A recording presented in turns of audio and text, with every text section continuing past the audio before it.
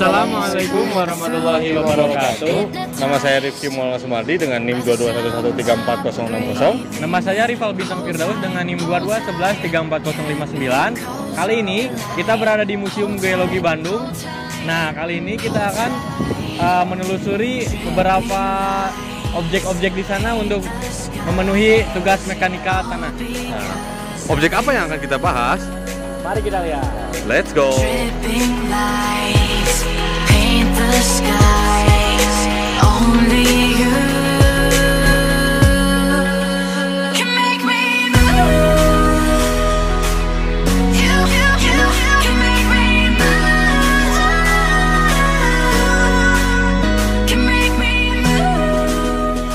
Nah, jadi kita mau mencari tahu hal yang berkaitan dengan tanah nih guys. Apa sih yang dimaksud tanah itu? Ada tanah jenis apa aja sih? Bagaimana asal-usul tanah itu terbentuk? Penasaran kan? Oke, ikut aku jalan-jalan keliling museum yuk. Sambil aku kasih tahu kalian tentang tanah. Let's go. Jadi, tanah berasal dari bahasa Yunani yaitu pedon dan bahasa Latinnya yaitu solum. Tanah merupakan material yang terdiri dari butiran mineral-mineral padat atau agregat yang tidak tersementasi satu sama lain dan atau dari bahan organik yang melapuk, di mana di antara butiran terdapat ruang-ruang kosong yang terisi oleh zat cair dan udara. Tanah juga merupakan bagian kerak bumi yang tersusun dari mineral dan bahan organik.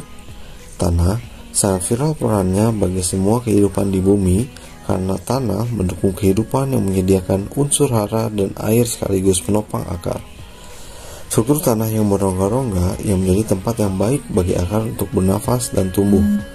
Tanah yang menjadi habitat tempat hidup berbagai mikroorganisme bagi sebagian besar hewan darat.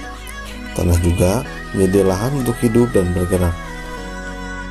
Nah, setelah kalian tahu tentang pengertian tanah, kira-kira gimana sih tanah itu bisa ada dan terbentuk?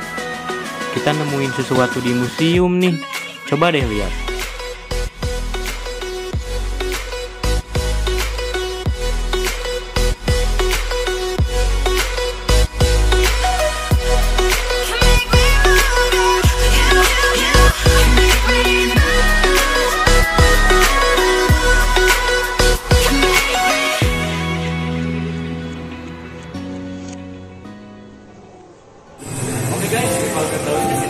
Kali ini saya berada di Museum Geologi Bandung. Di belakang saya terdapat data tentang penjelasan tentang pelarutan dan pengendapan. Tanah seringkali berasal dari batuan-batuan alami terkikis selama ribuan bahkan jutaan tahun. Nah, apa saja sih faktor yang mempengaruhi pelarutan dan pengendapan pada batuan? Mari kita lihat di sini. Yang pertama ada iklim, kemudian topografi, waktu, tumbuhan dan hewan, batuan asal yang kemudian akan menjadi material hasil pelapukan dan erosi, yaitu tanah. Nah, karena faktor-faktor tersebut, pelapukan batuan, proses fisika, kimia maupun biologinya yang terjadi pada batuan akan merubah batuan menjadi tanah. Nah, seperti itu. Seiring berjalannya waktu, batuan setelah terangkat menjadi daratan karena berbagai faktor akan mengalami proses pelapukan menjadi tanah. Air, angin, dan es akan merubah bentuk roman muka bumi dengan membawa tanah hasil pelapukan batuan ke satu tempat dan diendapkan apabila air, angin, dan es kehabisan tenaga sehingga membentuk berbagai bentuk-bentuk roman muka bumi yang baru.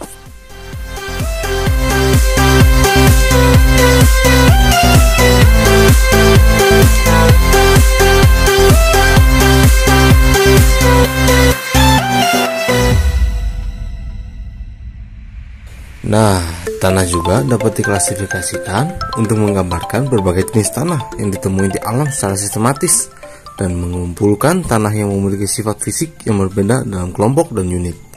Ada sistem apa aja ya? Berikut beberapa sistem klasifikasi tanah.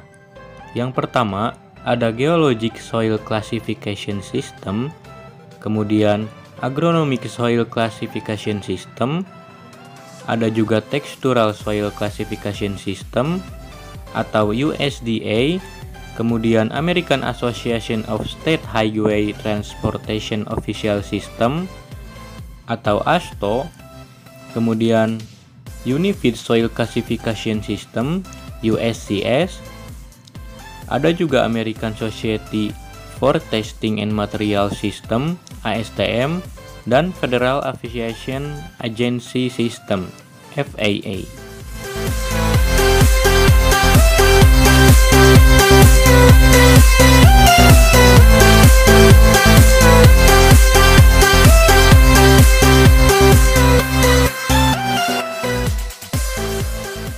Dari klasifikasi beberapa sistem tersebut, tanah menjadi mudah digolongkan ke dalam beberapa jenis. Dikutip dari dosen pendidikan.co.id, ada beberapa jenis tanah, seperti 1. Ada tanah humus, yaitu tanah yang sangat subur, terbentuk dari pelapukan daun dan batang pohon di hutan hujan tropis yang lebat.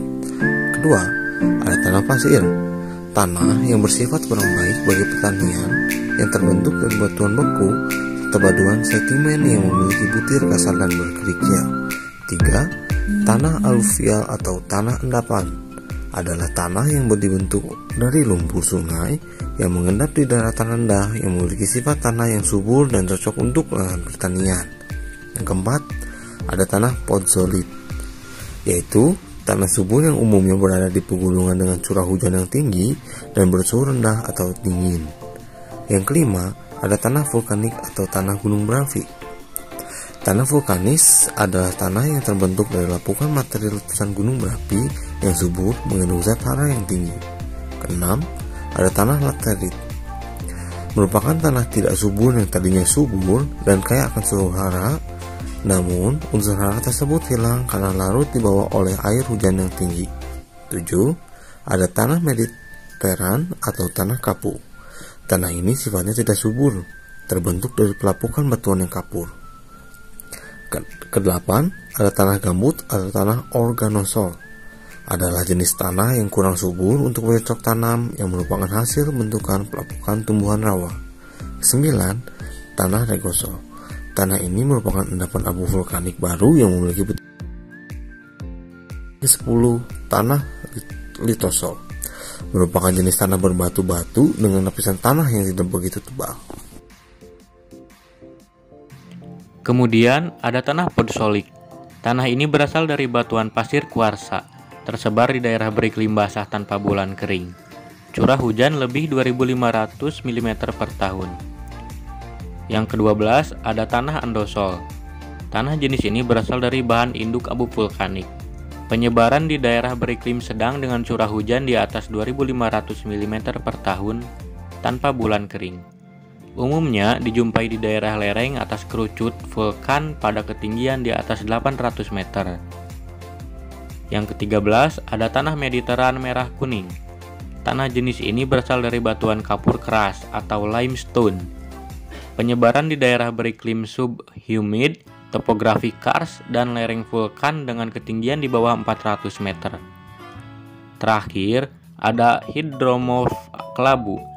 Jenis tanah ini perkembangannya lebih dipengaruhi oleh faktor lokal, yaitu topografi yang berupa dataran rendah atau cekungan. Hampir selalu tergenang air dan warna kelabu hingga kekuningan.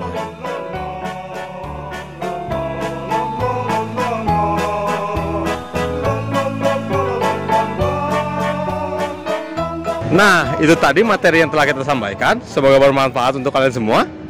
Sekian penelusuran dan materi kita kali ini. Mohon maaf jika ada kesalahan dari segala aspeknya. Wabillahi taufiq wal hidayah. Wassalamualaikum warahmatullahi wabarakatuh. Siap.